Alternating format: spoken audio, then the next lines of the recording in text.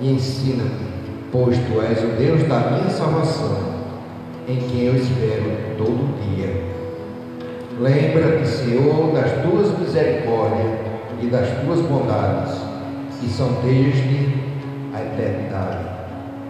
Salmo de Davi, capítulo 25, do 1 ao 6. Todos são muito bem-vindos mais uma vez a esta casa de oração. Melhor lugar para se estar esta noite, na presença do nosso Deus, adorando em espírito e em verdade. Meus amados, para que possamos prestar culto agradável a Deus e diante de Sua santidade, necessitamos obter o perdão dos pecados, aquele que causa separação entre nós e Deus. Neste momento eu convido a igreja, aquele que puder se ajoelhar, se ajoelhe, aquele que não puder, queira sentar-se. O que importa é que possamos diminuir na presença do nosso Deus e em oração silenciosa confessemos a Ele os nossos pecados. Nosso Deus é bom, Ele é fiel, Ele nos ama e Ele vai nos perdoar. Fale com Ele neste momento.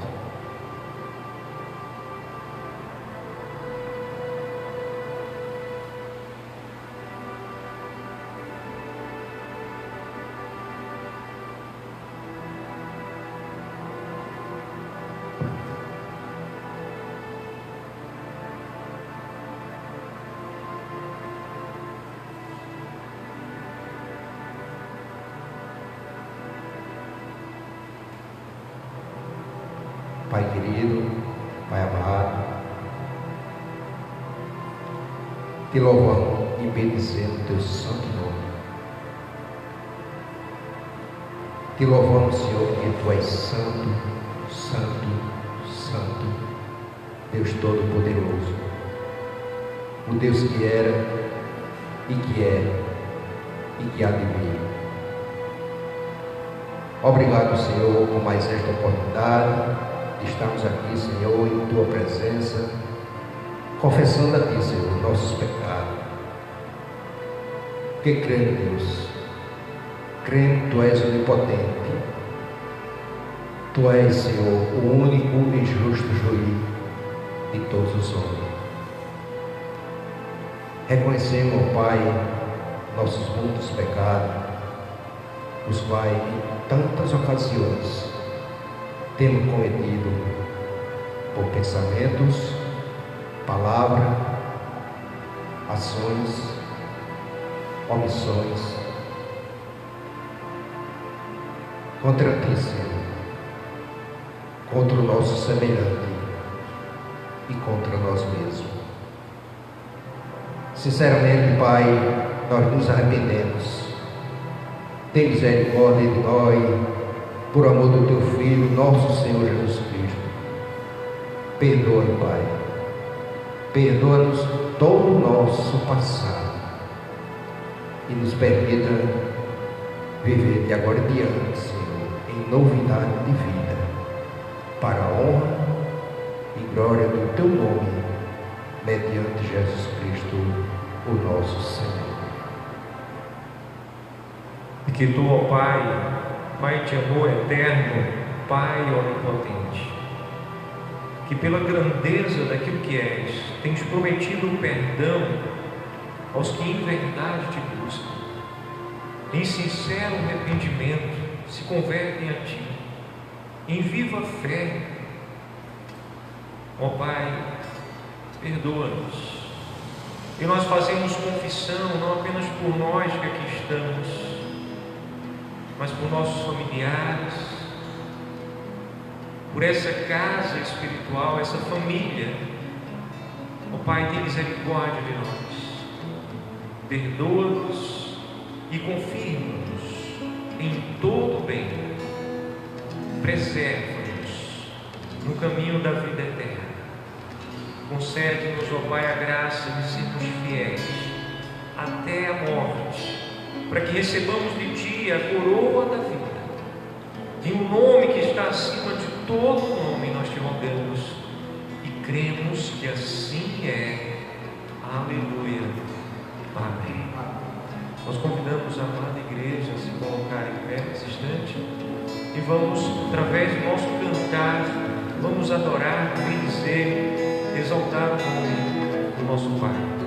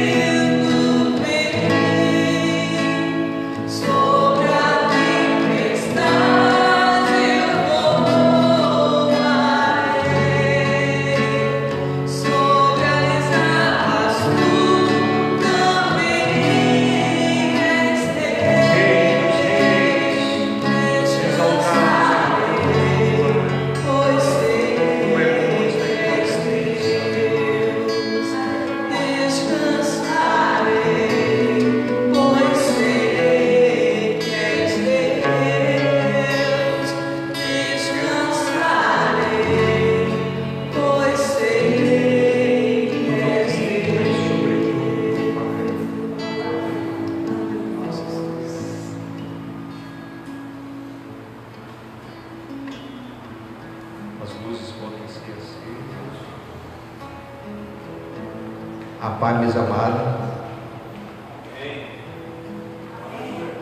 Amém. Todos são muito bem-vindos mais uma vez a esta casa de oração. Amém. Abra sua Bíblia no livro de Provérbio. Provérbio capítulo 26.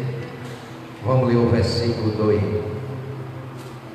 Provérbio 26. Vamos ler o versículo 2. Amém.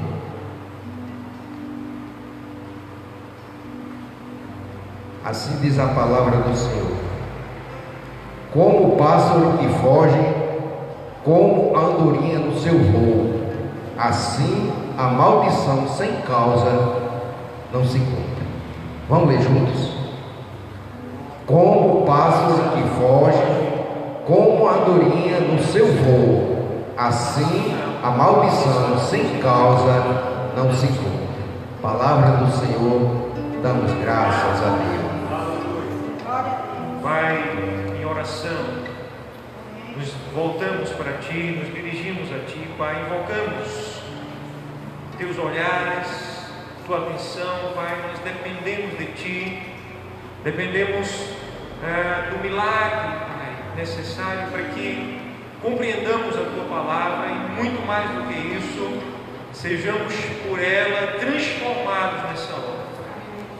Ela mesma nos ensina que as coisas espirituais se discernem espiritualmente, e é por isso que o homem natural ele não consegue compreender as coisas do Espírito, porque elas se discernem espiritualmente.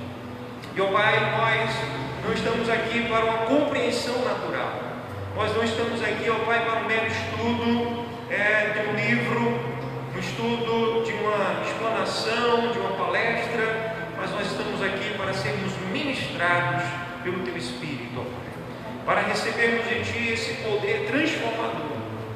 Mesmo disseste, Jesus, que as Tuas palavras são Espírito e vida. Aleluia. E quando nós a recebemos como de fato ela é a palavra Tua, nós recebemos Espírito e vida da Tua parte. Nós somos moldados, transformados à Tua própria imagem. E é bom que seja assim, Pai. Nós Te rogamos assim. Ilumina nossa mente, nosso coração, abençoa todos aqui presentes em receber essa Tua palavra nessa noite. Palavra que liberta, palavra que cura, palavra que nos faz, ó Pai, como Tu és. Abençoa-nos assim. Aleluia. Amém. Podemos sentar. Louvado seja o nome do nosso Pai. Sejam todos muito, muito bem-vindos a essa casa de oração. Amados, nós estamos neste culto das quintas-feiras da estação Semear, e chama-se estação Semear por quê? Porque é um período que estamos semeando o avivamento. Então ali está o tema dessa estação, dessa temporada, ser imitadores de Abba como filhos amados. Efésios 5:1. E o outro texto também que é oportuno sempre lembrar a igreja é o texto lá de Atos capítulo 2, versículo 47, que diariamente perseveravam unânimes no templo. Ok? A gente avança um pouquinho ali no versículo 47, diz assim: louvando a Deus de coração e contando com a simpatia de todo o povo. Enquanto isso, dia a dia, acrescentava-lhes o Senhor os que iam sendo salvos. Esses textos são o fundamento, a inspiração dessa estação semeada. Amém? E é importante que a igreja esteja orando. Nós temos feito guerra espiritual, jejuando, por exemplo, nessa sexta-feira mesmo, da 0h ao meio-dia, a igreja estará jejuando. Amém? Aqueles que não puderem na sexta ainda tem o sábado para estar nessa união, um propósito de avivamento. que haja o avivamento dos céus sobre nossas vidas. E hoje, na quinta-feira, qual o tema que nós temos celebrado todas as quintas? A quinta-feira o culto chama-se Celebração para ser livre. Para ser livre. E nas quintas-feiras nós trabalhamos temas relacionados a esse propósito do nosso Pai. Quando Ele chamou o seu povo lá no Egito, e aquele povo no Egito é uma figura nossa, nós estávamos no Egito em relação ao mundo, nós éramos escravos do presente século, amém? E o Pai nos libertou. Então, quando o povo foi tirado do Egito, um motivo fundamental que o Pai anunciou aquela libertação é: deixa sair o meu povo para prestar-me culto. Eu quero o meu povo livre para me adorar. E esse desejo no coração do Pai continua hoje. Quem crê? Diga amém. Amém. Ele deseja que você seja livre de tudo que te oprime, de tudo que te angustia, de tudo que te inquieta, de tudo que te limita, de tudo que te faz sofrer. E Ele quer que você seja livre para que você voluntariamente seja adorador dele. Amém? Não existe amor por obrigação. Você não pode obrigar ninguém a te amar. Pode ser que você, tentando obrigar alguém, até essa pessoa te ama, mas ela não vai te amar porque você está obrigando ela. Não existe amor por obrigação. Então o nosso Pai, Ele deseja que nós sejamos livres, para que tenhamos um espírito voluntário, para que o amemos, e Ele nos faz livres. Amém? Jesus disse: o Filho do Homem vos libertar, o que é que vai acontecer? Verdadeiramente sereis livres. E o que é que Ele diz mais? Conhecereis a verdade. Vamos lá, gente, quem sabe? E a verdade vos libertará. Aleluia. Então, o propósito dele, há um desejo. Queria colocar isso logo como fundamento para poder a gente entrar na ministração de hoje, que é uma continuação de quinta-feira passada. Mas se você não estava aqui na quinta-feira passada, não tem problema. A palavra, ela é completa. Amém? Ela é para a sua vida hoje. Você está aqui porque o Pai te trouxe hoje. Aleluia. E talvez você esteja perguntando agora: libertar de quê? Eu sou um cidadão brasileiro, a lei áurea, Princesa Isabel, já foi assinada, a lei de libertação da escravatura. Eu sou um cidadão livre. Há quem pense que é livre, né? Mas nós não somos, a não ser pelo sangue da eterna aliança, é que somos verdadeiramente livres. O mundo jaz no maligno. Na Escritura, Jesus disse: aquele que pratica pecado é escravo do pecado. O ensino. E é filho do diabo, porque Satanás é que vive pecando desde o começo. Precisa do libertador. E todas as áreas da sua vida você precisa libertação, precisa do libertador. Amém? Ele tem libertação para todas as áreas da sua vida. Imagine uma área aí que você esteja se entristecendo. Imaginou?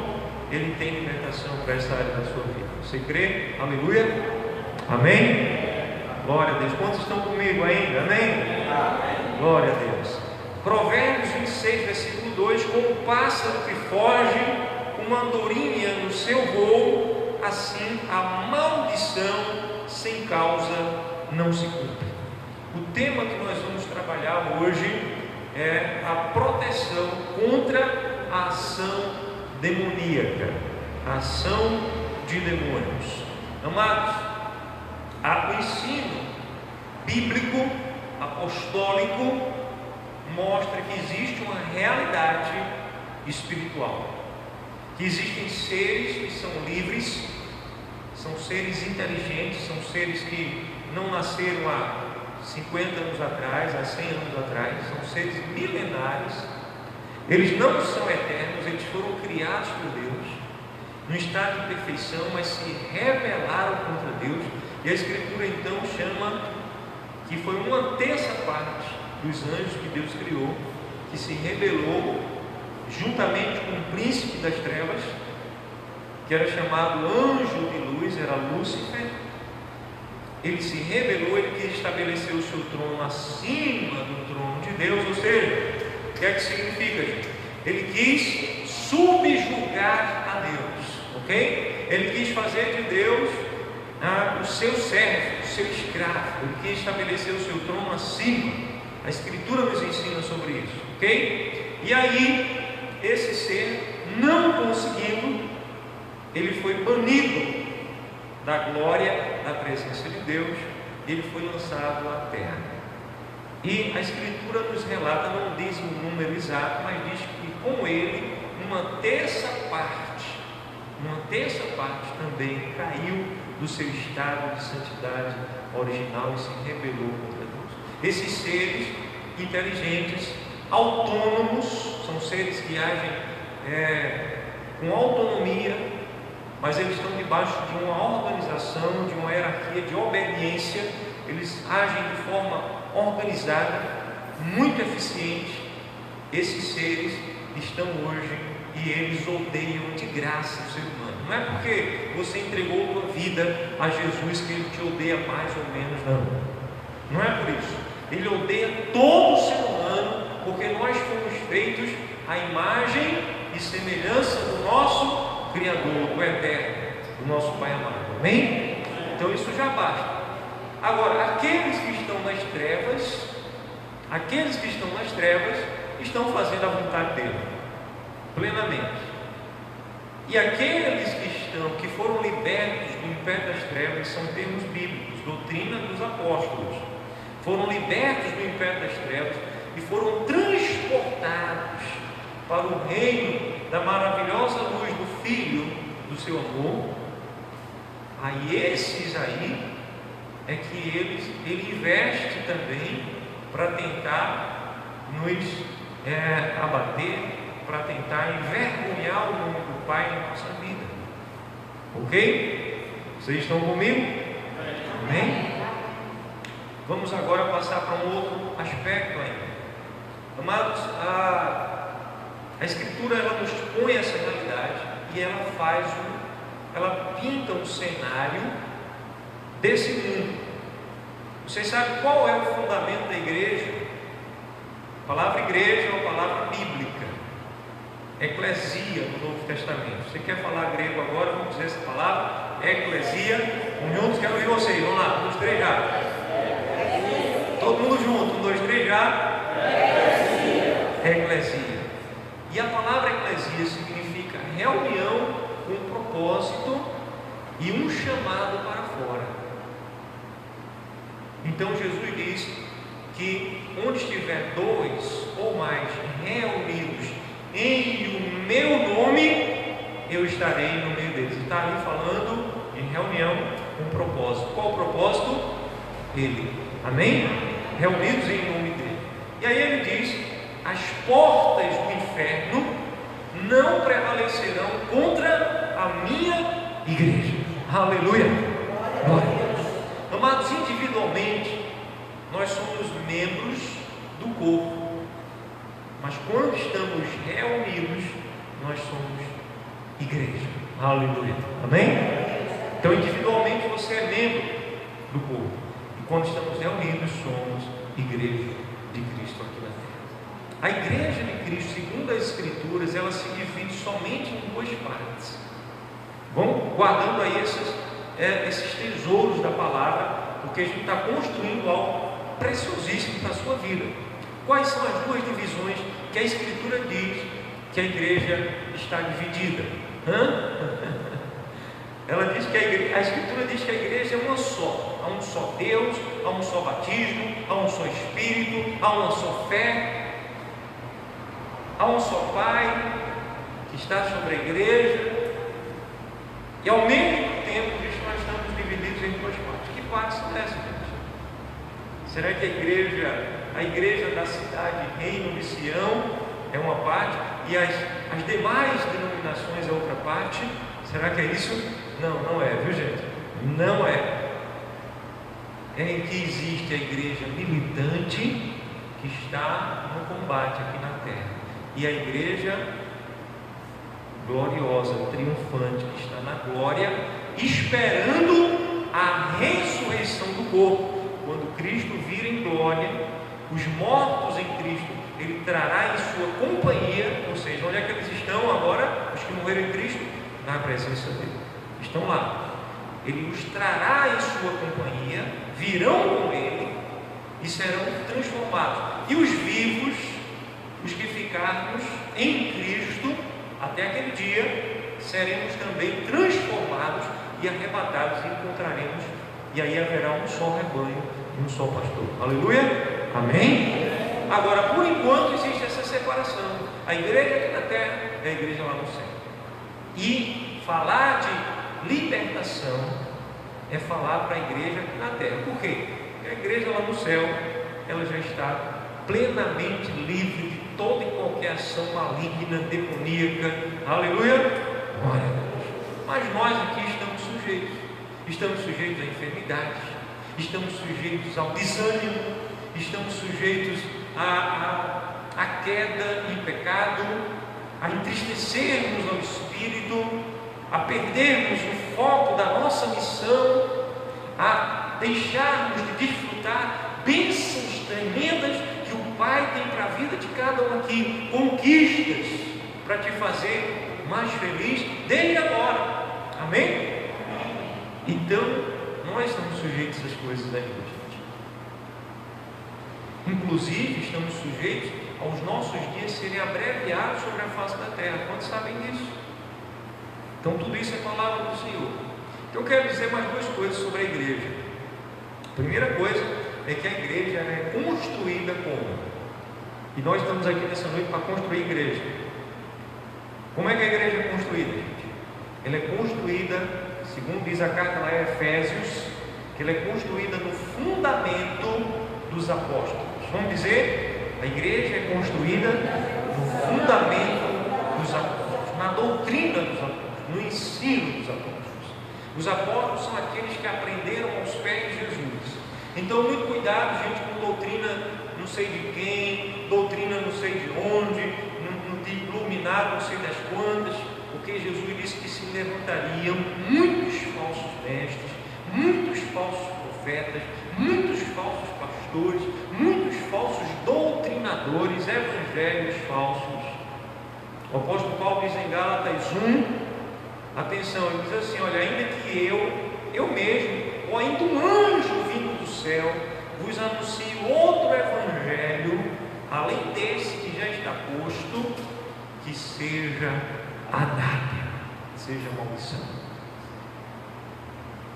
Então, esse aspecto, a igreja é edificada onde? No fundamento dos apóstolos. Amém? A segunda coisa sobre a igreja, que somos nós, a igreja militante, ela está onde, gente?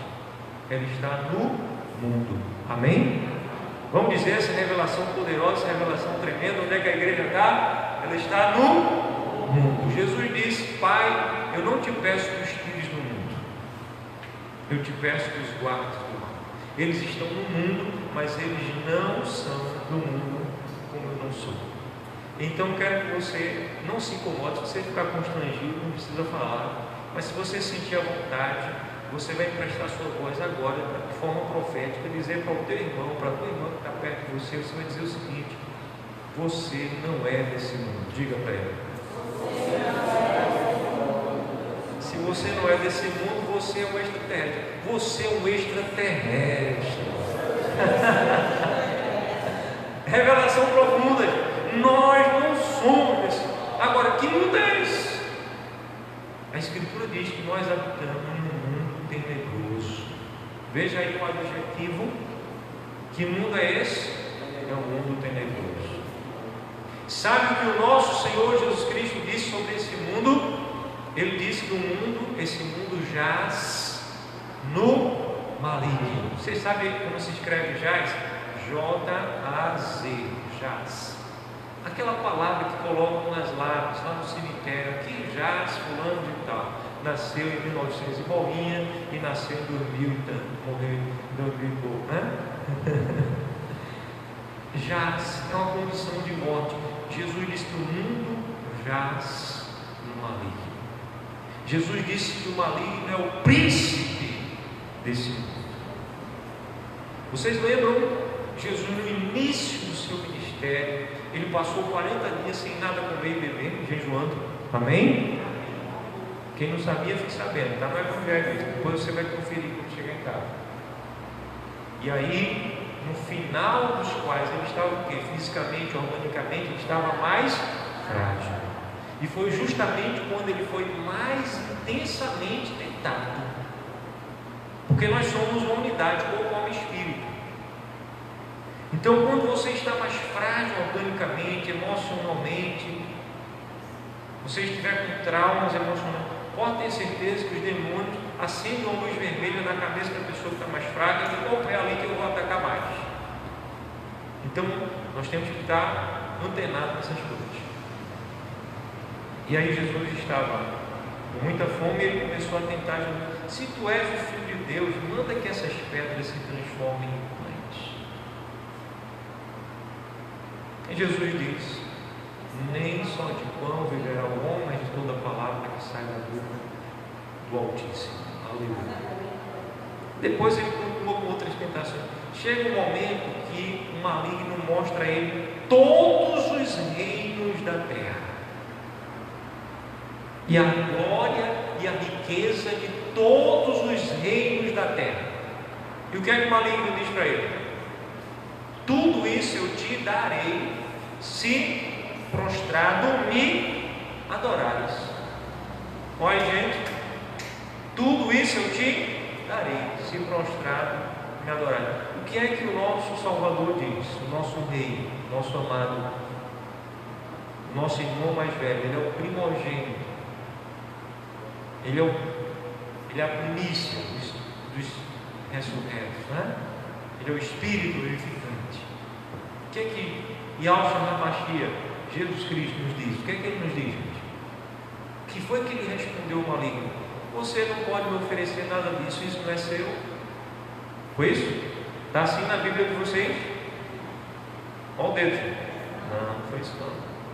Jesus disse, está escrito: somente a Deus adorarás, e somente a Deus prestarás o teu culto. Amém? Vamos dizer esse versículo, gente? Somente a Deus adorarás, e somente a Ele prestarás o teu culto. Amém? E com essa palavra o diabo deixou até a ocasião oportuna, diz a Escritura. Então, houve ali uma batalha. Agora veja, o que é que eu trouxe vocês a lembrar esse fato? É que Jesus não disse: você não tem esse rei. Alguns eruditos dizem que o diabo deu uma visão atemporal, além do tempo, uma visão além do espaço. Ele mostrou todos os reinos da terra, toda a glória, todas as épocas, e disse: eu vou te dar isso. Amado, se essa proposta não fosse uma proposta real, não seria uma tentação. Seria. Se ele não tivesse isso na mão dele para dar, isso seria uma tentação? Não seria. Então, de fato, o mundo jaz no maligno, e a igreja precisa estar livre, protegida da ação dos demônios, para em todas as coisas ser mais que vencedor. Agora, talvez na mente de muitos aqui, ou até aqueles que me acompanham pela internet, já estejam questionando: mas bispo, uma vez que nós entregamos a nossa vida ao Salvador, ao nosso Senhor e Salvador Jesus Cristo, nós já não estamos protegidos, nós já não estamos guardados? Eu vou entrar em um aspecto muito profundo da salvação, que de fato se você de verdade entregou a tua vida a Cristo, você recebeu o dom da vida eterna. Amém? Qual foi o presente que você recebeu? A vida eterna. O que é vida eterna? É uma vida que não tem mais fim. E a Escritura, ela não mente. Ela diz que Deus não é homem para que se arrependa, nem o filho do homem para que minta. Ele não volta atrás. A Escritura diz que todos os dons, as dádivas do Pai são irrevogáveis. Você pode dizer essa palavra difícil? Irrevogáveis. Vamos lá? Irrevogáveis. Então todo mundo, teu irmão assim de irrevogável. Vamos lá. Irrevogáveis. Ele não volta atrás. Amém? Não volta atrás. Então quando você recebe a vida eterna, recebeu. Ah, bispo, quer dizer que agora eu posso andar em pecado? Não, se você recebeu a vida eterna, você não vai ter mais prazer para viver deliberadamente no pecado, não. Você pode cair porque você está sujeito ainda à queda, mas você aborrece o pecado. Você, no teu coração, existe gravada a eterna aliança.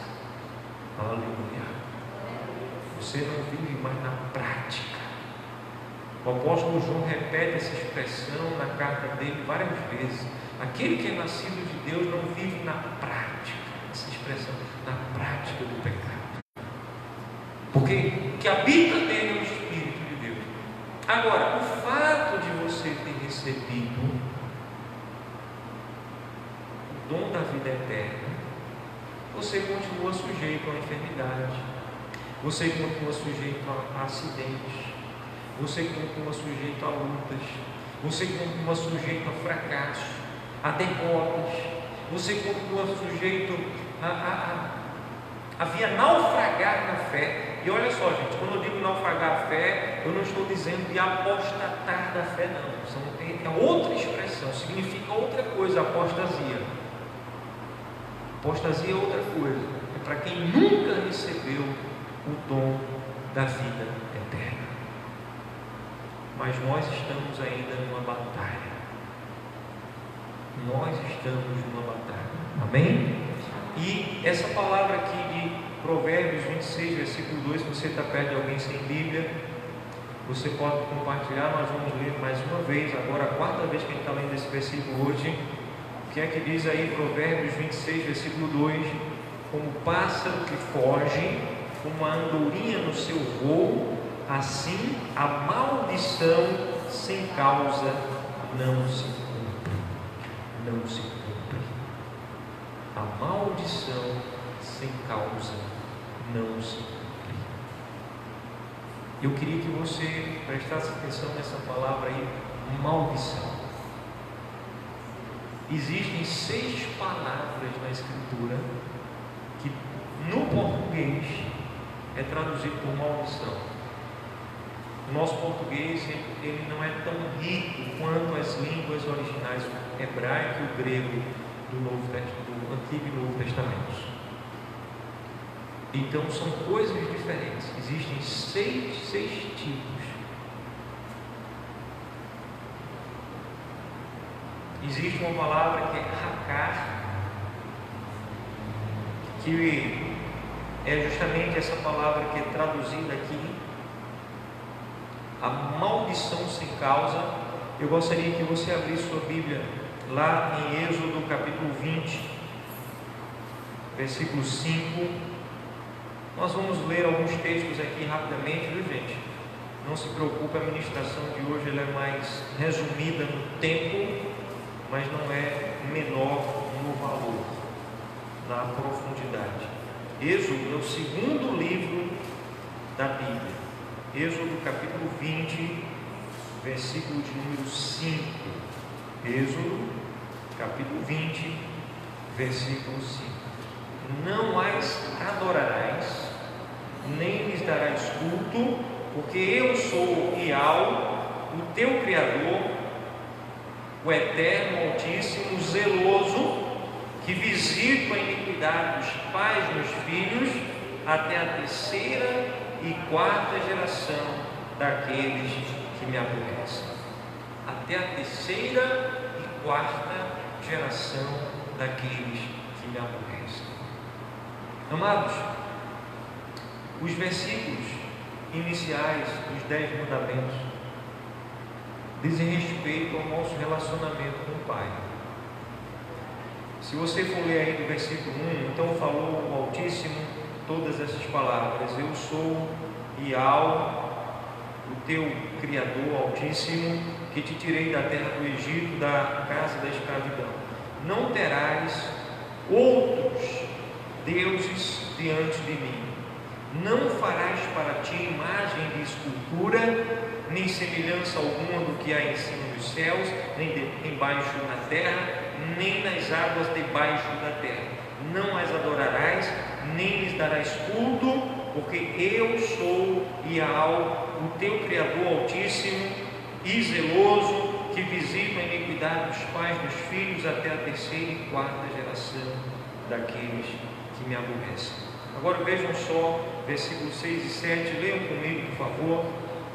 E faço misericórdia até 1000 gerações daqueles que me amam e guardam os meus mandamentos. Versículo 7: não tomarás o nome de Iau, o teu Criador Altíssimo, em vão, porque Iau não terá por inocente o que tomar o seu nome em vão.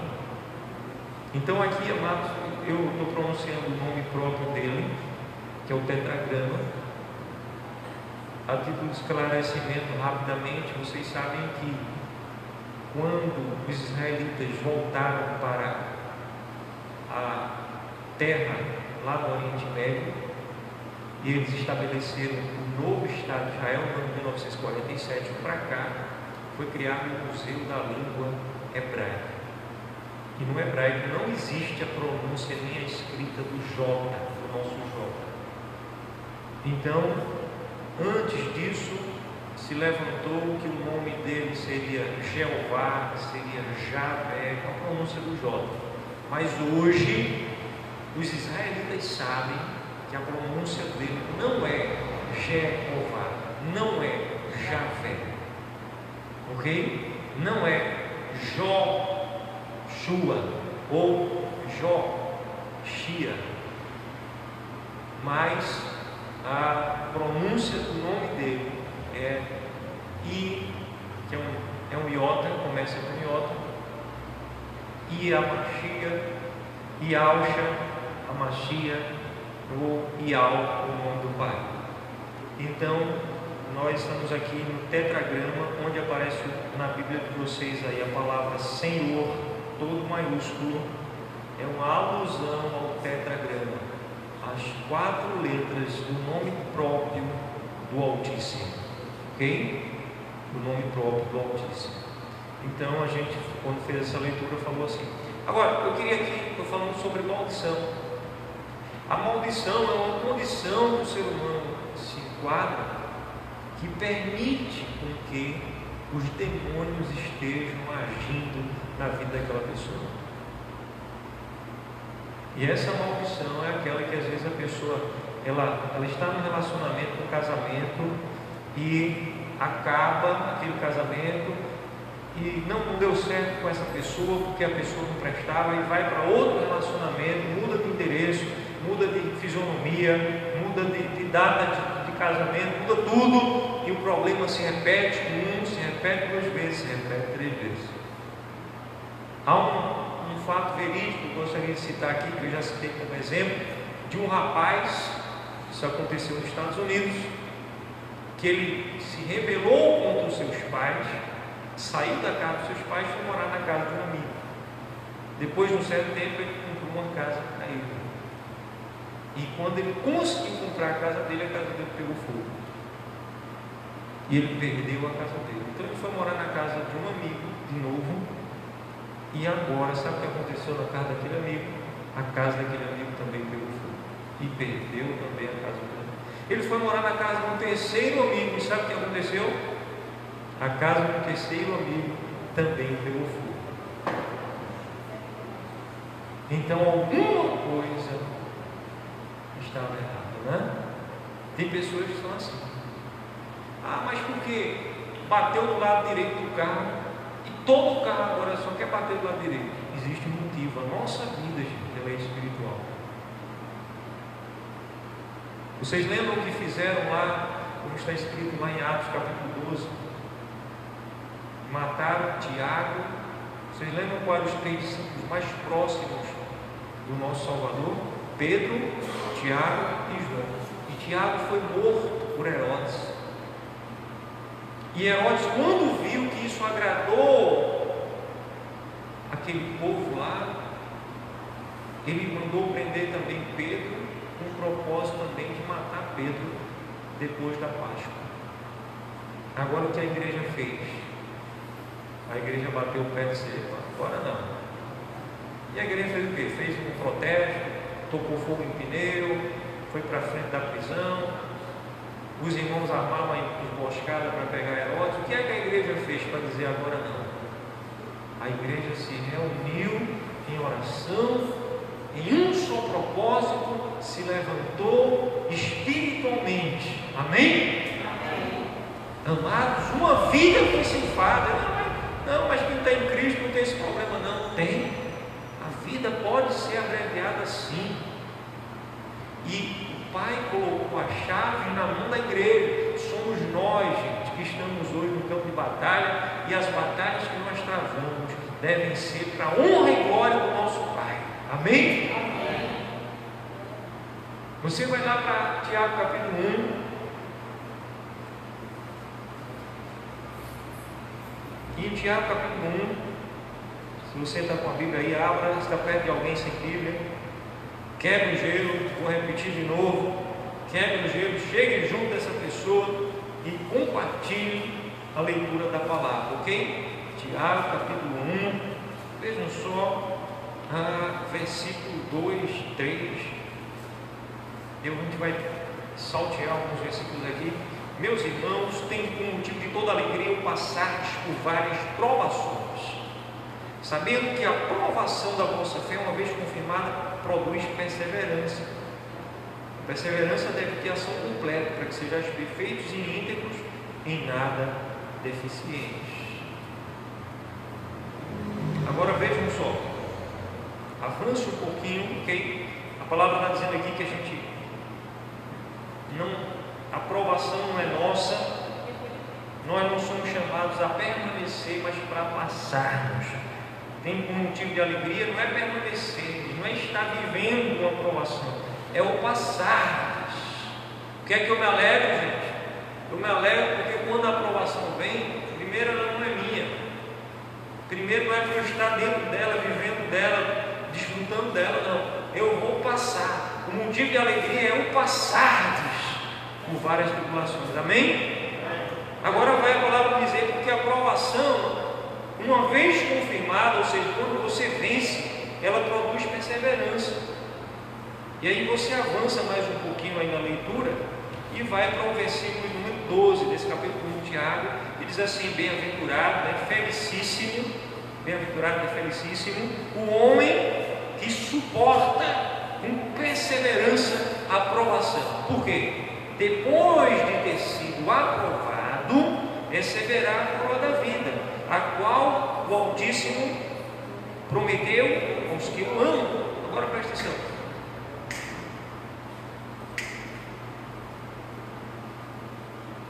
O homem que suporta com perseverança, ele é felicíssimo. Por quê? Porque depois, presta atenção aí, advérbio temporal, depois de ser aprovado, receberá a coroa da vida. Agora, se ele for reprovado, então não deve ter motivo de alegria passar por provação. Motivo e felicíssimo é aquele que persevera na fé. A batalha está vindo, eu estou perseverando, eu vou vencer. Você guarda a fé. Agora, se você disser assim: não, mas essa aprovação é do meu pai, ele que está permitindo o meu mal, então aceite, baixe a cabeça e diga: eu vou ficar aqui mesmo porque é a vontade dele. Ele é soberano, sim, não cai uma folha sem permitir, mas o propósito dele, ele primeiro, ele não é o agente da aprovação, a gente vai ver logo aqui no versículo 13, não é ele que opera, ele permite. Ele não está nem querendo saber até onde vai a nossa fé, porque ele sabe muito bem todas as coisas, não precisa você mostrar nada para ele, ele sabe até onde vai a tua fé. Agora ele está permitindo a aprovação para quê? Para que você, com a fé que ele já te deu, você persevere, vença o mal caia por terra, você passe a aprovação, e aí você terá galardão, porque você venceu. Amém? Aí você tem história, aquilo que era fé subjetiva, estava no teu coração, não tem, se tornou história. Você venceu os males que se levantaram contra a tua vida. Amém? Agora veja só, por que é que a aprovação não vem de Deus, bispo? Versículo 13: ninguém, ao ser tentado, diga: sou tentado por Deus, porque Deus não pode ser tentado pelo mal, e Ele mesmo a ninguém tenta. Eu acho que Tiago aqui agora deu uma variada. Ele está falando sobre provação, e depois no versículo imediatamente seguinte ele fala sobre tentação. Não, ele está falando da mesma coisa. Por quê? Toda provação, ela é uma tentação. Você pode dizer isso? Vamos dizer juntos? Toda provação é uma tentação. Na provação você é tentado a quê? A não perseverar. Está claro, gente? Amém? Na provação você é tentado o quê? A jogar o escudo da fé no chão. Eu quero mais saber. Mas é ali que você tem que embraçar o escudo da fé, perseverar, e aí você vai ultrapassar a tempestade, você vai ultrapassar o mar bravio, você vai ultrapassar o vento contrário. Aleluia. Então o Pai permite, mas Ele não é o agente da aprovação. Eu queria também que você abrisse sua Bíblia lá em Jeremias capítulo 31, versículo 29. Ô bispo, mas a Escritura não diz, ela não diz que Deus ele provou Abraão a sua fé, e agora? Não, ali está falando, não é a realidade que Deus está tentando Abraão, não é que Deus era o agente. A Escritura vai nos dizer aqui no versículo 14 de Tiago 1, que cada um é tentado pela sua própria cobiça.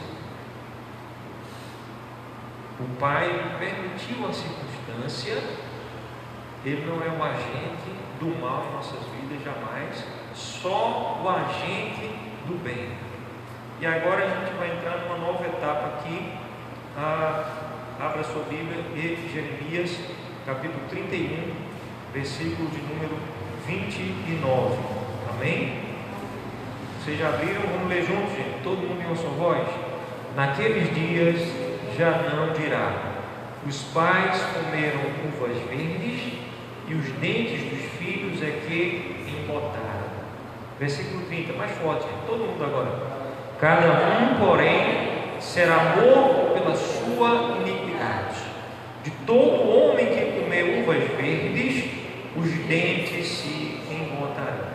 Essa história de uva verde aqui é uma ilustração, uma figura, uma parábola. Por quê? Os pais comeram uva verde e o dente dos filhos é que ficou embotado. Aí o profeta está dizendo, usando essa figuração, está dizendo que naqueles dias, no tempo que nós estamos vivendo dessa aliança eterna, já não mais vai se dizer isso. Pelo contrário, cada um vai morrer pela sua própria iniquidade, pelo seu próprio pecado. Um versículo também semelhante a esse é Ezequiel 18. Abra lá em Ezequiel 18, nós vamos trazer uma explicação muito clara sobre isso. É só avançar algumas páginas, você que abriu Jeremias, avança algumas páginas à frente, você vai chegar ao livro do profeta Ezequiel. Ezequiel capítulo 18, versículo 20. Ezequiel 18, 20. O que é que diz? Quem já encontrou? Ezequiel 18, 20. A alma que pecar, essa morrerá. Não levará a iniquidade do pai, nem o pai a iniquidade do filho. O filho não levará a iniquidade do pai, nem o pai a iniquidade do filho. A justiça do justo ficará sobre ele, e a perversidade do perverso cairá sobre estes. Sobre estes. E aí o profeta vai explicar uma série de coisas. O perverso se converter, seus pecados serão cancelados e tal, né? Se o justo abandonar o caminho da justiça, ele vai colher a iniquidade que ele está semeando. Então tudo isso vai, se você continuar lendo, você vai ver. Ô bispo, onde está então a história da maldição? Daquela pessoa que está vivendo um ciclo vicioso, um ciclo destrutivo, ela não sai daquele ciclo, ela vai, às vezes, aquela família prospera e depois entra em crise. E é uma coisa constante, né? O filho, o pai, né? Os avós, os bisavós, a mesma história. Todo mundo morreu de infarto, todo mundo morreu com as mesmas doenças, todo mundo teve os mesmos vícios. O bisavô, o tataravô era um cara alcoólatra, o avô foi alcoólatra, o neto, o pai, o filho, o neto, o bisneto, está todo mundo morrendo, mesmo problema, maldição. Existe realmente espíritos malignos que encontraram no pecado a legalidade para agir. E isso acontece no meio do povo de Deus. Onde é que isso acontece? Vocês lembram da história de Balaão? E a Escritura ela nos apresenta uma só aliança. São 7 alianças, que é o número da perfeição. É uma só aliança. Não era a dispensação da lei e agora está na dispensação da graça. Tudo é graça. Ninguém foi salvo nunca por guardar as obras da lei. Nunca. Deus nunca disse que o homem poderia ser salvo se ele guardasse as obras da lei. Não. A lei mostra o padrão de perfeição do homem de Deus e o pecado do homem. Sempre mostrou isso. Moisés tinha uma convicção profunda que Deus era grande em misericórdia e rico em perdoar. Foi o que Moisés falou na fenda quando o Senhor passou por ele. Agora, o que foi que o profeta Balaão disse ao rei que o subornou para que ele amaldiçoasse o povo do Altíssimo? Os príncipes, que hoje é a igreja, príncipes e princesas do Altíssimo. O que foi que Balaão disse? Nós não podemos amaldiçoar aqueles a quem o Altíssimo abençoa. Não foi isso? Sim ou não? Ele tentou de várias maneiras amaldiçoar, mas não conseguiu. Aí depois o que foi que ele fez? Ele parou por aí? Não. Conhecendo a verdade, o que foi que ele fez? Tem um jeito para esse povo ser amaldiçoado. Só tem um jeito. Vamos introduzir no meio do povo prostitutos e prostitutas, para que esse povo ande em pecado e assim a maldição os alcançará. Então, meu amado, você está salvo se você verdadeiramente entregou tua vida ao Rei da Glória. Se já não é mais você que toma as tuas decisões, você já não vive mais para si mesmo, você vive para o Rei da Glória, salvo está. Agora, se você começa a andar em pecados, você vai começar a colher, abrir brecha da legalidade para demônios agirem na tua vida, para assim andarem na tua vida. E maldição, gente, não é uma coisa assim, mística, incompreensível, distante, não, é uma coisa muito prática. A maldição, ela passa de geração a geração, sim. O que acontece com a família, com os filhos de um pai que foi um criminoso e foi preso e condenado à prisão perpétua. O que é que vai acontecer? Toda a família deveria sofrer. Aqui no Brasil, infelizmente, nem isso acontece, né? Porque aqui no Brasil o cara vai para a prisão, recebe um salário mais alto e é indenizado e um monte de coisa do que o cara que está trabalhando ali honestamente. Não sei que loucura é essa. Rui Barbosa já disse que isso ia acontecer, né? Que o homem teria vergonha de andar direito. É isso que está acontecendo hoje. Mas o que aconteceria quando um pai alcoólatra, toda a família dele está sofrendo, os filhos estão pagando por isso? A maldição já está ali. Eu conheço um caso, entre outros, eu não vou estar mencionando aqui, mas esse eu vou mencionar para a gente orar, de que o pai, ele traiu a sua esposa. Ele tinha 2 filhos homens.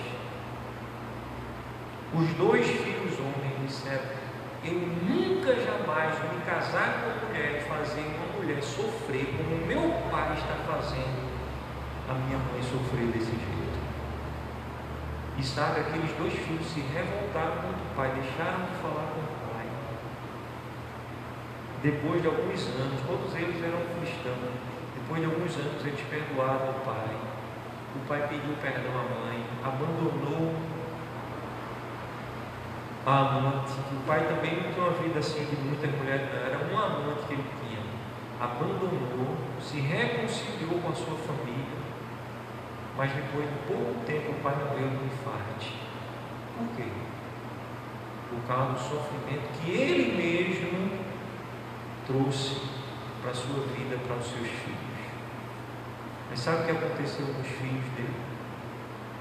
Os filhos dele que juraram de pé junto: eu nunca vou fazer uma mulher sofrer como meu pai fez minha mãe sofrer. Depois de alguns anos também casados, depois de alguns anos de casado, estavam eles lá fazendo a mesma coisa. Eu já vi isso, gente com alcoolismo fazendo isso. Alcoolismo. Os mesmos problemas. Existe, gente, uma ação maligna assim. E essa ação ela é quebrada quando? Como é que a igreja vive protegida da ação demônica? Primeiro, se você está em Cristo, você tem que entregar-se ao senhorio do Rei da Glória. Tem que estar sobre a tua cabeça, não é o sangue de qualquer pacto. Tem que estar na tua cabeça o sangue daquele que morreu naquela cruz. Aleluia. O sangue do Cordeiro. Aleluia. É que tem que estar sobre a tua cabeça. Amém? Primeira coisa é isso. E a segunda coisa é você andar na presença do Pai. Porque Ele já te deu um novo coração. Se você entregou tua vida ao Rei da Glória, se você já entregou tua vida ao Rei da Glória, então o sangue dele já está na tua vida, mas você precisa andar na presença dele, por amor a ele em santidade. Mas bispo, você não falou de Ezequiel 18, você não falou lá de Jeremias 31, 29. Eu quero dizer a vocês que o que está ali em Ezequiel 18, 20, sabe, não está dizendo de maldição. A maldição não é propriamente o filho pagar o preço do pecado do pai, como está aqui em Ezequiel 18. O filho não levará sobre si a iniquidade do pai, nem o pai a do filho. Cada um vai pagar os seus próprios pecados. Isso não tem a ver com maldição hereditária, tem a ver com justiça. Agora, não quer dizer que alguém que é criado no lar, onde existe prostituição, onde existe bebedice, não vai ter maiores dificuldades. Uma pessoa que foi criada no lar, uma família onde houveram pactos de sangue de animal derramado, onde a pessoa foi consagrada a uma entidade maligna, uma entidade maligna, mesmo que tenha sido os pais, ela não vai pagar o pecado, não, porque foi minha avó que fez isso comigo, me consagrou a não sei quem, não sei das quantas.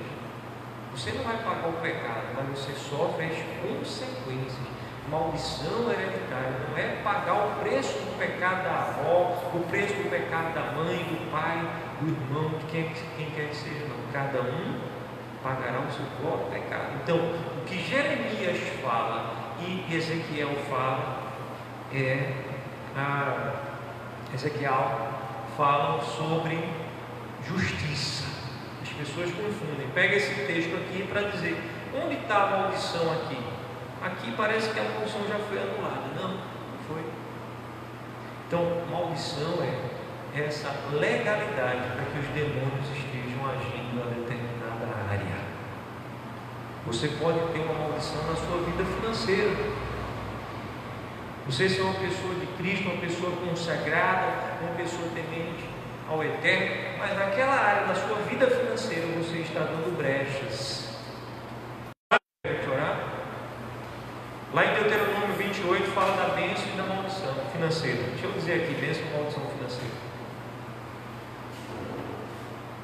A bênção é: a muitos emprestarás e de ninguém tomarás emprestado, se atentamente guardares as minhas palavras e as praticares. A maldição: de muitos tomarás emprestado e a ninguém poderás emprestar. Isso é a maldição. Se andares longe dos meus caminhos, diz o Altíssimo. Está aí bênção e maldição. Ele sai mencionando várias áreas, a vida sexual do ser humano. Ele fala bênção e maldição. E depois, no final, ele diz: eis que hoje eu ponho diante de vós a bênção e a maldição, a vida e a morte. Escolhei, pois, a vida, para que vivais. Amém? Amém. Então o Pai coloca diante de nós, igreja. E eu quero dizer, por último, que está lá em Efésios capítulo 6. Quanto mais serem fortalecidos no Senhor e na força do seu poder, revestivos, portanto, de toda a armadura de Deus, do Eterno, para que possais resistir no dia mau, e depois de terem vencido tudo, permanecer inabaláveis. Tomai, pois, o capacete da salvação, a espada do Espírito, que é a palavra de Deus, o escudo da fé, embraçando sempre a couraça da justiça, cingindo com a verdade, calçando os pés com a preparação do Evangelho. Então ali está toda a armadura. Para quê? Para que você possa resistir no dia mau. Amém? Para que você possa resistir no dia mau. O dia mau vem através de uma notícia, de um médico, uma notícia de alguém que nos ama, que nos decepcionou. A notícia vem de um desemprego, uma falência da empresa. Vem, o dia mau vem. Mas quando você está revestido da armadura, você está em Cristo, você vence. Amém? Você tem a vitória. Um dos colonizadores da América, dos Estados Unidos da América, era um homem piedoso, um homem de fé, consagração, de oração. Ele plantou maçã num território maior do que a nossa Bahia aqui. A Bahia é um estado muito grande, né, no Brasil. Ele plantou maçinheiros, pé de maçã. Se tornou um homem muito próspero. E ele construiu uma grande casa para ele, muito trabalho, não era fácil como é hoje em dia. Depois de tudo, houve um grande incêndio que acabou com grande parte da riqueza dele. Amigos dele choraram. E diz a história que ele estava de pé, vendo o incêndio. Eles tentaram apagar, não conseguiram, agora ele estava em pé. E ele estava regozijante, diz a história. A família dele não estava chorando, estava em paz, serena, e ele estava com um riso no rosto.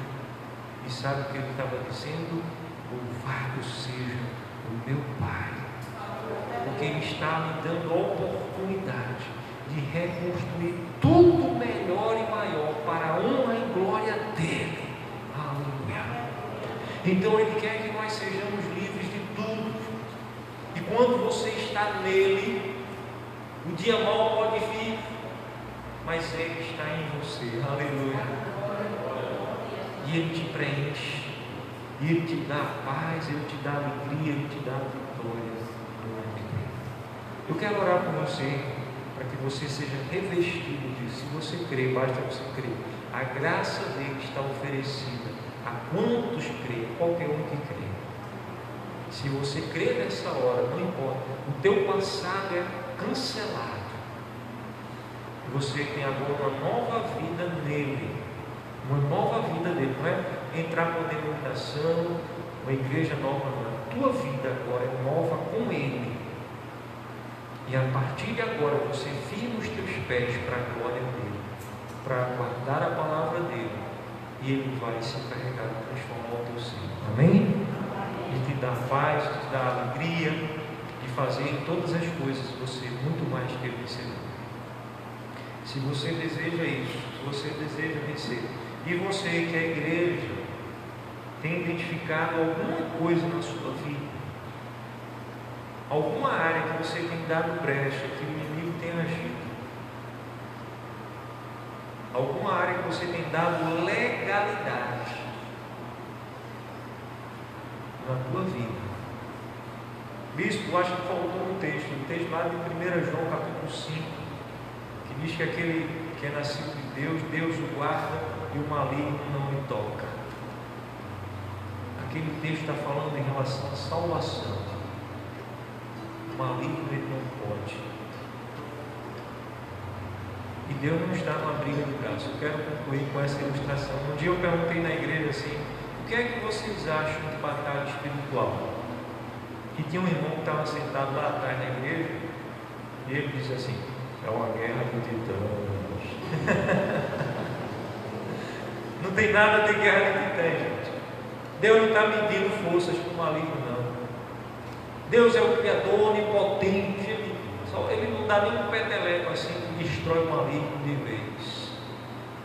Ele já venceu poderosamente na cruz, ele já expôs a vergonha de todos os principados e potestades malignos, e ele deu autoridade à igreja, a mim e a você.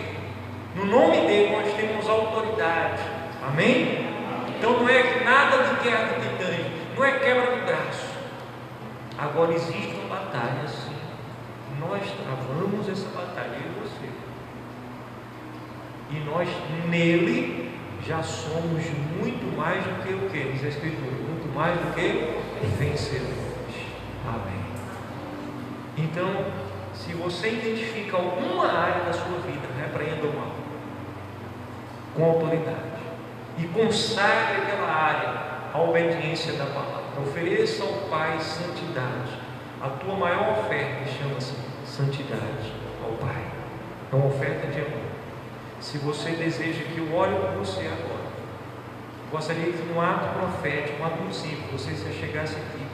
Quantos? Toda a igreja se achegue aqui, nós juntos diante do altar vamos nos ajoelhar. Eu quero orar pela sua vida e abençoar a sua vida.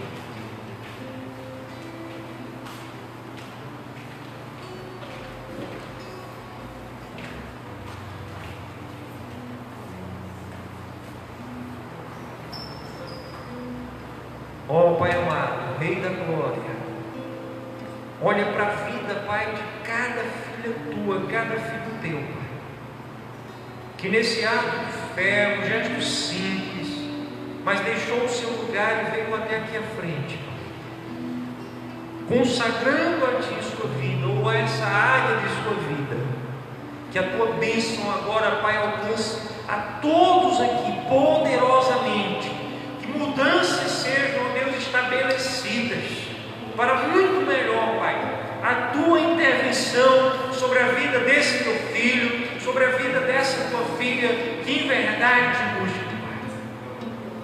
Ó Pai, eu creio que é assim, em um nome que está acima de todo nome, eu abençoo com a Tua vida essa área que precisa mais de Ti. Receba a Tua vida agora. Sopra o Teu Espírito agora, Senhor. Aleluia. Sobre essa vida, Pai. Aleluia. Sobre a vida desse Teu filho, dessa Tua filha, poderosamente.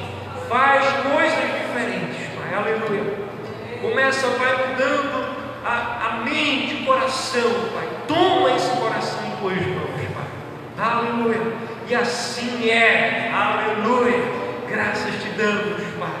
Graças Te damos. Em um nome que está acima de todo nome. Em um nome de Jesus. Aleluia. Amém. Diga, Pai, muito obrigado. Muito obrigado. Porque me tocas nessa hora. Porque me abençoas nessa hora. Eu estou abençoado em Teu nome nessa hora, Pai. Pela Tua graça, pelo Teu amor, abençoado estou.